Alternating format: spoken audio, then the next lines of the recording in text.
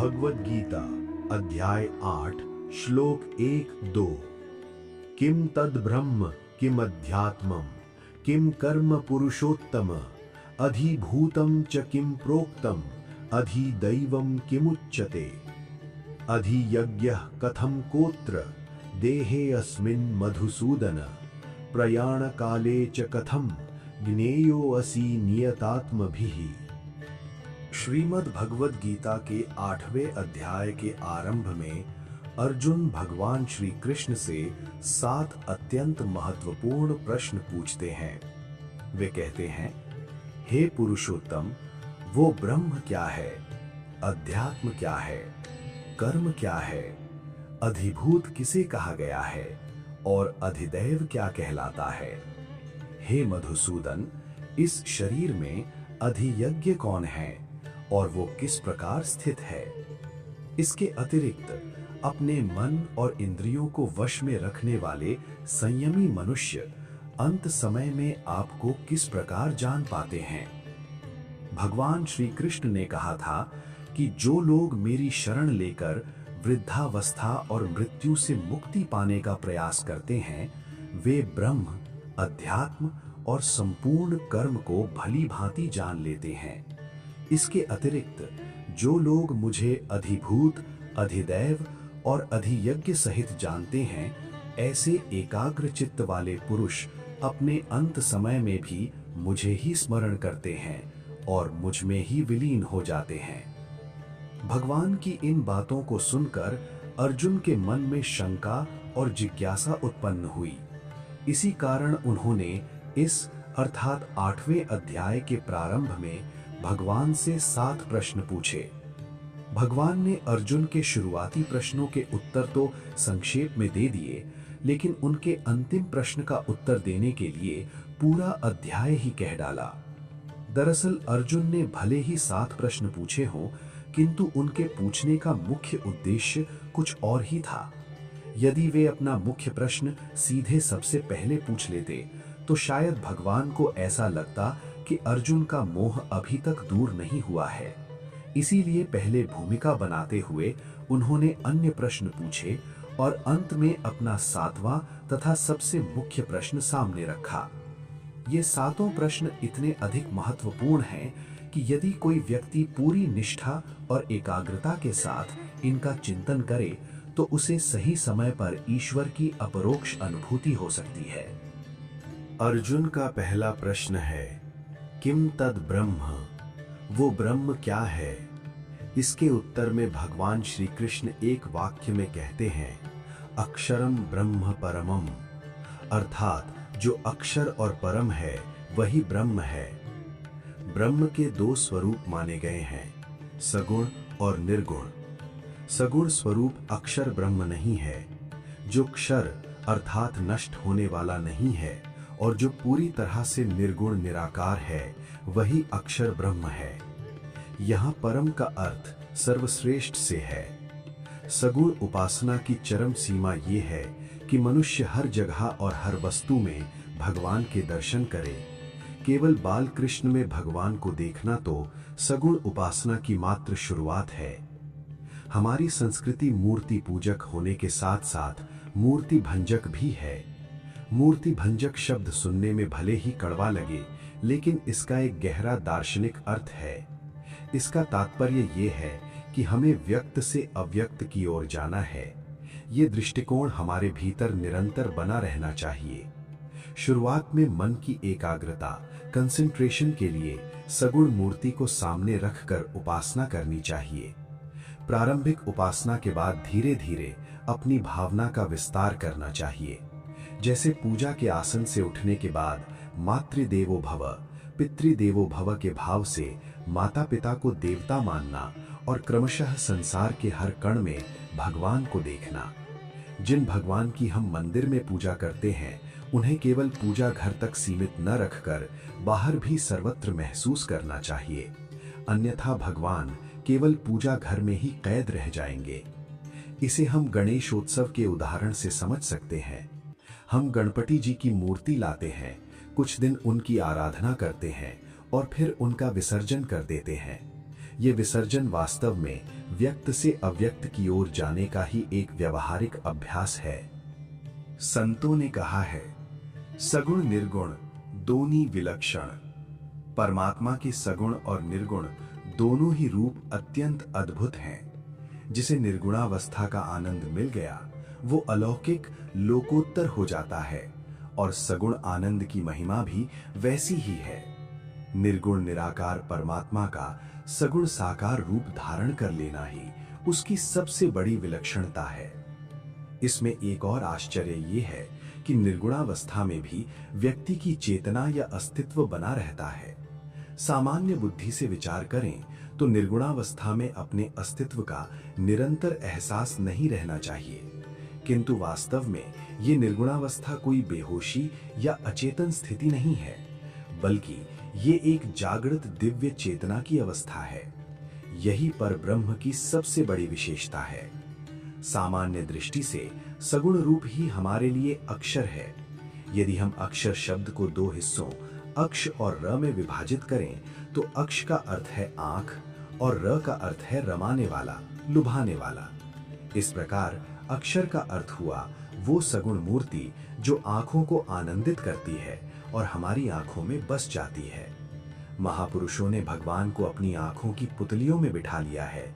इसी कारण उन्हें हर जगह केवल भगवान के ही दर्शन होते हैं। सामान्य मनुष्यों को भगवान इस तरह सर्वत्र दिखाई नहीं देते।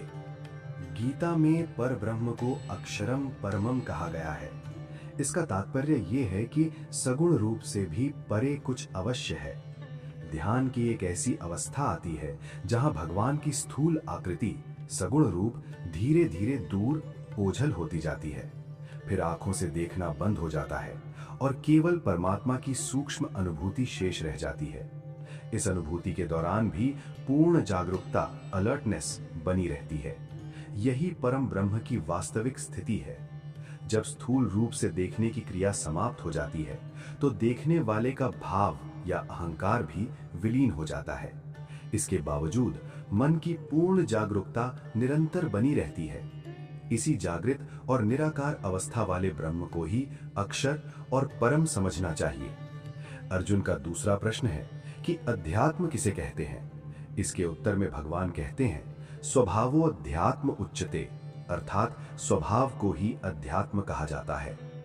जिस शक्ति या सत्ता के बल पर हम चलते हैं, बोलते हैं या क्रोधित होते हैं, हम सांसारिक और व्यवहारिक लोग उसे अक्सर पहचान नहीं पाते।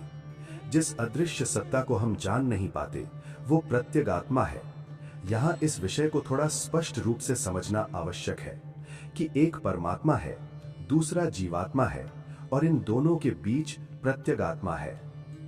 परमात्मा सर्वव्यापक है। आत्म तत्व जब पहली बार सगुण साकार रूप लेता है तब हम उसे परमात्मा कहते हैं। प्रत्यगात्मा का अर्थ है हमारे भीतर मौजूद चैतन्य। उस सर्वव्यापक प्रभु की चेतना का एक छोटा सा अंश ही प्रत्यगात्मा है। जब वो ईश्वरीय अंश हमारे इस शरीर में आता है और उसकी शक्ति का उपयोग करके हमारा सूक्ष्म शरीर अहंकार के साथ मिलकर काम करने लगता है, तब हम उसे जीवात्मा कहते हैं। इस शरीर में मौजूद ये प्रत्यगात्मा मूल रूप से परमात्मा की ही शक्ति है। लोग केवल उपवास करने या बाहरी कर्मकांडों को अध्यात्म मान लेते हैं, लेकिन वो वास्तविक अध्यात्म नहीं है। असल में जिसे स्वभाव कहा जाता है वही अध्यात्म है। स्वभाव का शाब्दिक अर्थ है स्व प्लस भाव। स्व का अर्थ है मैं स्वयं और उसका भाव अर्थात जो सत्ता हमेशा मेरे में या मैं के साथ रहती है वही स्वभाव है। मैं अहंकार के साथ साक्षात परमात्मा नहीं बल्कि प्रत्यगात्मा रहता है। हालांकि ये शक्ति उसी परमात्मा की है, बस इसे यहाँ एक अलग नाम दिया गया है। इसे ऐसे समझें कि जैसे हम गंगा जी से एक लोटा पानी भरकर ले आएं, तो उस लोटे में मौजूद पानी भी साक्षात गंगा जल ही है। इसी तरह जिस प्रकार आकाश बाहर भी है और कमरे के अंदर भी, उसे हम अलग अलग नाम देते हैं, जैसे घटाकाश या पाठशालाकाश। आकाश तो वही है, बस स्थान के कारण नाम बदल गया। बिल्कुल इसी प्रकार हमारे शरीर के भीतर भी वही ईश्वरीय शक्ति विराजमान है, जिसका उपयोग करके जीवात्मा कार्यशील होता है। इसी अंतर्निहित शक्ति को प्रत्यगात्मा, स्वभाव और अध्यात्म कहा जाता है।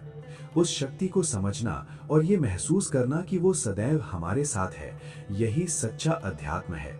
जब तक मनुष्य भीतर से जागृत नहीं होता, तब तक उसे इस शक्ति का आभास नहीं होता। प्रत्यगात्मा जब अहंकार सहित 17 तत्वों से बने लिंग देह यानी 5 ज्ञानेंद्रियां, 5 कर्मेंद्रियां, 5 प्राण, मन और बुद्धि के साथ मिलकर कार्य करने लगता है, तब उसे जीवात्मा कहा जाता है। जीवात्मा जिसके साथ अहंकार यानी मैं जुड़ा है, उसी प्रत्यगात्मा की शक्ति से सारे कार्य संपन्न करता है। गीता के पहले 6 अध्यायों में प्रत्यगात्मा के वास्तविक स्वरूप पर ही विचार किया गया है। अब केवल इतना समझना शेष है कि हमारे भीतर स्थित प्रत्यगात्मा और सर्वव्यापी परमात्मा में वास्तव में कोई भेद नहीं है। दोनों मूल रूप से एक ही हैं। वेदों में भी कहा गया है, तत्सृष्ट्वा तदेवानुप्राविशत, अर्थात उसने सृष्टि रची और उसी में प्रवेश कर गया। इसी तरह गीता में भगवान जब कहते हैं कि सर्वस्य चाहम हृदि सन्निविष्टः, तो उनका तात्पर्य इसी प्रत्यगात्मा के रूप में सबके भीतर स्थित होने से है। अर्जुन का तीसरा प्रश्न है कि कर्म क्या है। भगवान इसका उत्तर देते हुए कहते हैं, भूत भावोद्भवो करः विसर्गः कर्म संगितः, अर्थात जो प्राणियों की उत्पत्ति और उनके अस्तित्व का विकास करने वाला त्याग है, वही कर्म है। इस संसार का जन्म कर्मों से होता है और इसका लय यानी नाश भी कर्मों से ही होता है। यहाँ संसार का अर्थ केवल घर की 4 दीवारी तक सीमित जीवन नहीं है, बल्कि संपूर्ण जगत से है। सबसे शक्तिशाली कर्म कौन सा है? जिन कर्मों से मनुष्य का निर्माण हुआ, जिनके कारण वह यहाँ तक पहुँचा, और जिन कर्मों को करने से उसका जन्म मरण के चक्र में आना बंद हो जाए तथा वह अतीन्द्रिय शक्ति में विलीन हो सके, वे सभी वास्तविक कर्म है। कर्म के बिना कुछ भी संभव नहीं है। भूत भावोद्भव करह का अर्थ समझें तो भूत यानी प्राणी, भाव यानी अस्तित्व और उद्भव करह यानी उत्पन्न या उन्नत करने वाला।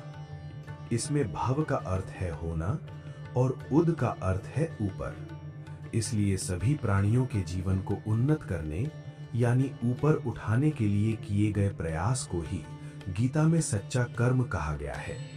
उदाहरण के लिए सुबह दातुन करना एक साधारण क्रिया है, लेकिन गीता के अनुसार इसका अपने आप में कोई आध्यात्मिक मूल्य नहीं है। हाँ, यदि दातुन करने जैसी सामान्य क्रिया को भी जीवन को उन्नत बनाने की उच्च भावना से जोड़ दिया जाए तो वो मूल्यवान कर्म बन जाता है। शास्त्रों में कहा गया है, यद्यत कर्म करोमि तत्तदखिलम शंभो तवाराधनम, अर्थात हे शिव, मैं जो कुछ भी करता हूँ वह सब आपकी ही आराधना है। मनुष्य का जीवन अधिक उन्नत हो, अधिक श्रेष्ठ बने और अधिक भव्य हो, इस उद्देश्य से किए जाने वाले निरंतर प्रयासों को ही गीता में कर्म माना गया है। उन्नत शब्द सापेक्ष है, इसलिए इसके साथ अधिक शब्द का प्रयोग किया गया है, जैसे अधिक उन्नत, अधिक भव्य, अधिक श्रेष्ठ। हम जो दफ्तर जाकर काम करते हैं या बाजार जाकर खरीदारी करते हैं, तत्व ज्ञान की दृष्टि से इस बात पर भी संदेह है कि ये सांसारिक कार्य वास्तव में गीता के कर्म की श्रेणी में आते हैं या नहीं।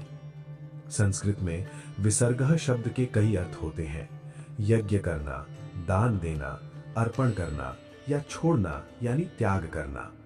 यहाँ विसर्ग का अर्थ है प्राणी मात्र के जीवन को उन्नत बनाने के लिए किया गया त्याग। प्राणी मात्र में पूरी दुनिया के साथ साथ मैं स्वयं भी शामिल हूँ। यदि मैं अपने आध्यात्मिक विकास के लिए कुछ छोड़ रहा हूँ, दान दे रहा हूँ या अर्पण कर रहा हूँ, तभी वह सच्चे कर्म के रूप में गिना जाएगा। आम बोलचाल में लोग कर्म को कर्म कहते हैं। एक सामान्य व्यक्ति जो साधारण कार्य करता है, वह अक्सर उसका कर्म ही होता है, सच्चा कर्म नहीं। इसलिए भूत भावोद्भव करह विसर्गः का वास्तविक आशय यह है कि पूरे जीवन में विकास और उत्थान के लिए जो त्यागपूर्वक कार्य किया गया वही सच्चा कर्म है। विसर्ग का सर्वोच्च अर्थ है सब कुछ छोड़ देना। अपने सामान्य विकास से शुरुआत करके आत्म विकास के मार्ग पर चलते हुए अंत में अपने अहंकार अर्थात मैंपन का भी विसर्ग अर्थात त्याग कर देना चाहिए। सब कुछ छोड़ने का अर्थ है अपनी इंद्रियों को परमार्थ में लगाना, मन को भगवान में तल्लीन कर देना, बुद्धि को ईश्वरीय सत्ता में विलीन कर देना और अंत में जो अहंकार शेष रह गया है उसे भी ईश्वर को सौंपने के लिए तैयार रहना। गंगा लहरी में पंडित जगन्नाथ जी इसी भाव को प्रकट करते हुए कहते हैं कि जगन्नाथस्यायम सुरधुनि समुद्धार समयः, अर्थात हे माँ गंगा, मुझे जो अर्पण करना था वो मैंने कर दिया, अब मेरे उद्धार के लिए तुम तैयार हो जाओ। यहाँ गीता में कर्म की इसी उन्नत और सर्वोच्च विचारधारा को समझाया गया है। अर्जुन का चौथा प्रश्न है अधिभूतम च किम प्रोक्तम, अर्थात अधिभूत क्या कहा गया है। इसके उत्तर में भगवान कहते हैं अधिभूतम क्षरो भावः, अर्थात क्षरणशील नाशवान पदार्थ ही अधिभूत है। इस संसार में जो भी वस्तु उत्पन्न हुई है वो सब अधिभूत है। हमारा ये निरंतर बदलने वाला शरीर भी नाशवान है। सीधा सा नियम है कि जो उत्पन्न होता है उसका नाश अवश्य होता है। न्याय शास्त्र का एक अटल सिद्धांत है यत् यत् सावयवम तत् तत् उत्पत्तिमत्, यत् सावयवम तद विनाशी, अर्थात जो जो अवयवों या अंगों वाला है वह उत्पन्न हुआ है और जिसके अवयव हैं वह विनाशी है। इसी सिद्धांत के कारण हम भगवान की उत्पत्ति नहीं मानते। यदि भगवान का भी जन्म या उत्पत्ति मानी जाए तो न्याय शास्त्र के नियमानुसार उनका भी नाश मानना पड़ेगा। सिद्धांत तो सिद्धांत है, वह सब पर समान रूप से लागू होता है। इसलिए भगवान अनुत्पन्न और अनध्यस्त हैं। भगवान श्री कृष्ण के शरीर के भीतर विराजमान चैतन्य तो पूर्णतः अनुत्पन्न है ही, किंतु उनके स्थूल शरीर के स्वरूप को लेकर भी शास्त्रज्ञ गहराई से चर्चा करते हैं। इस जगत में जो कुछ भी हमें दिखाई देता है वह सब क्षर यानी नाशवान है। शरीर का रूप, आकार और चेहरा समय के साथ बदलता है और अंततः नष्ट हो जाता है, परंतु हमारी चैतन्य बुद्धि द्वारा पकड़ी गई वासनाएं यानी इच्छाएं और संस्कार मृत्यु के बाद भी वैसी ही रहती हैं, केवल शरीर बदल जाता है। इसे एक उदाहरण से समझें। मान लीजिए कोई धनवान व्यक्ति अपना पूरा जीवन मुंबई में एक आलीशान बंगला बनाने में ही लगा दे। वह इसके अलावा न कोई सत्कार्य करे और न ही भगवान का स्मरण करे। यहाँ तक कि ईश्वर और धर्म के हिस्से का धन भी हड़प कर उसी बंगले में लगा दे। मृत्यु के समय उसकी सारी आसक्ति उसी बंगले में अटकी रहेगी। भगवान के यहाँ पूरा न्याय है, वे सबकी इच्छाएं पूरी करते हैं। ऐसे में अपने स्वार्थी कर्मों और तीव्र आसक्ति के कारण वह उसी बंगले में चूहा बनकर जन्म ले सकता है। सोचिए, अभी उसे उस बंगले में चूहा बनकर आए थोड़ा ही समय बीता होगा कि घर की बहू अपने पति से कहेगी, घर में कहीं चूहे का आभास हो रहा है, तुम उस दरवाजे पर खड़े रहो, मैं इस दरवाजे पर खड़ी रहती हूँ। फिर दोनों पति पत्नी झाड़ू लेकर खड़े हो जाएंगे और वो बेचारा यानी चूहे की योनि में आया पिता मेरा घर चीखता हुआ इधर से उधर भागता फिरेगा। लेकिन उस बेचारे की वह चूहे की भाषा कौन समझेगा? हमारे भीतर का तत्व भले ही अक्षर है, लेकिन बाहर का शरीर हमेशा बदलने वाला है। शरीर बदल जाने के कारण जीव की पुरानी पहचान मिट जाती है। संक्षेप में कहें तो गीता के 7वें अध्याय में जिस दृश्य यानी दिखाई देने वाले जगत की समझने की बात कही गई है और जिसे अपरा प्रकृति कहा गया है, वह सब कुछ नाशवान है, क्षर है और वही वास्तव में अधिभूत है। 5वां प्रश्न है कि अधिदैव किसे कहा जाता है?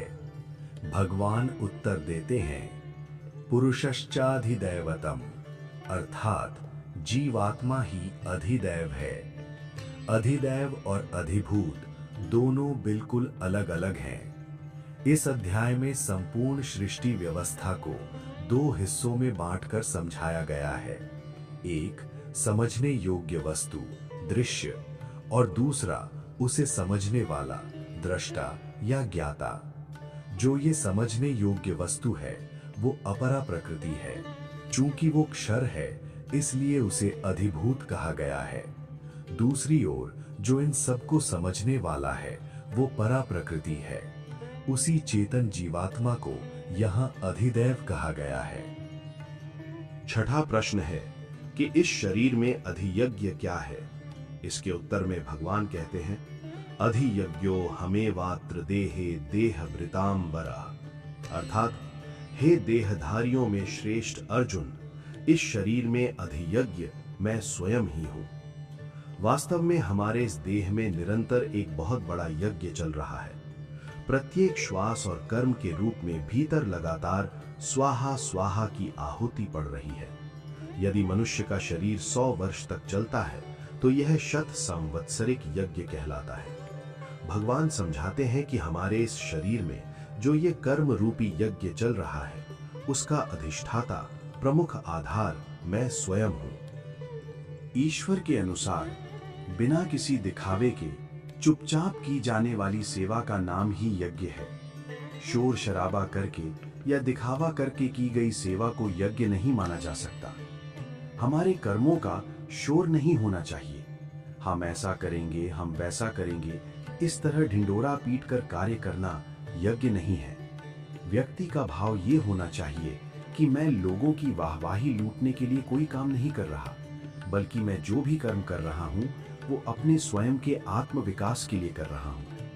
यदि लोगों को लगता है कि कोई अच्छा काम हो रहा है तो उन्हें ऐसा सोचने की पूरी छूट है। जब इस गहरी समझ और निस्वार्थ भाव के साथ कोई कर्म किया जाता है तब वो अधियज्ञ बन जाता है।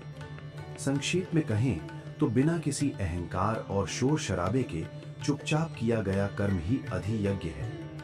ये सब अत्यंत गूढ़ तत्व ज्ञान है। यदि हमें इन 6 प्रश्नों के उत्तर भली भांति समझ में आ जाएं, तो तत्व ज्ञान के विषय में हमारी सारी शंकाएं समाप्त हो जाएंगी। भगवान कौन है? पर ब्रह्म क्या है? मेरे भीतर स्थित चैतन्य क्या है? उस चेतना का उपयोग करने वाला जीवात्मा कौन है? इस प्रकार के 6 महत्वपूर्ण प्रश्न पूछने के बाद अब अर्जुन अपना अंतिम और सबसे मुख्य 7वां प्रश्न पूछते हैं, जो आगे बताया गया है। प्रयाण काले च कथम ज्ञेयोसि नियतात्मभिः।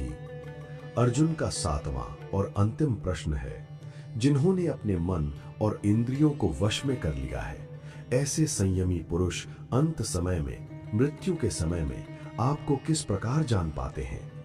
इसके उत्तर में भगवान श्री कृष्ण कहते हैं, अंत काले च मामेव स्मरण मुक्त्वा कलेवरम यह प्रयाति समद्भावम याति नास्त्यत्र संशयः। जो मनुष्य अंत काल में शरीर त्यागते समय केवल मेरा ही स्मरण करते हुए अपने शरीर को छोड़ता है, वो साक्षात मेरे ही स्वरूप यानी ईश्वर भाव को प्राप्त होता है। इसमें कोई संदेह नहीं है। यहाँ अंत काल का अर्थ केवल भौतिक शरीर का छूटना नहीं है। मृत्यु मुख्य रूप से 4 प्रकार की होती है। एक, दैनिक मृत्यु यानी नींद। नींद हमारी दैनिक मृत्यु है।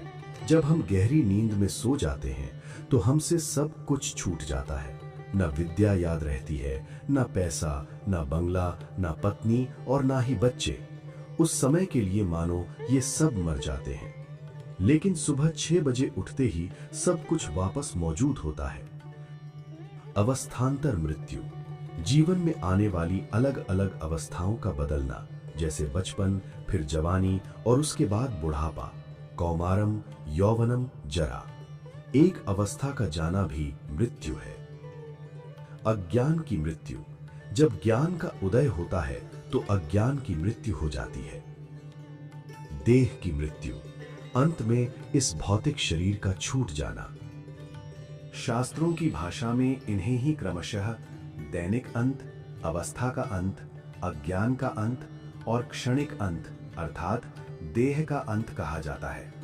नियम यह है कि इन सभी प्रकार के अंत कालों में भगवान को अवश्य याद करना चाहिए। चूंकि निद्रा भी एक प्रकार का अंत काल है, इसीलिए हमारे पूर्वजों ने ये नियम बनाया था कि रात को सोते समय हमेशा भगवान का नाम लेना चाहिए। आज के आधुनिक मनोविज्ञान अर्थात साइकोलॉजी को पढ़ने पर हमें पता चलता है कि हमारे मन के मुख्य रूप से दो रूप हैं। एक जागृत मन जो दिन भर काम करता है और दूसरा वो मन जो रात को हमारे सोने के बाद काम करता है।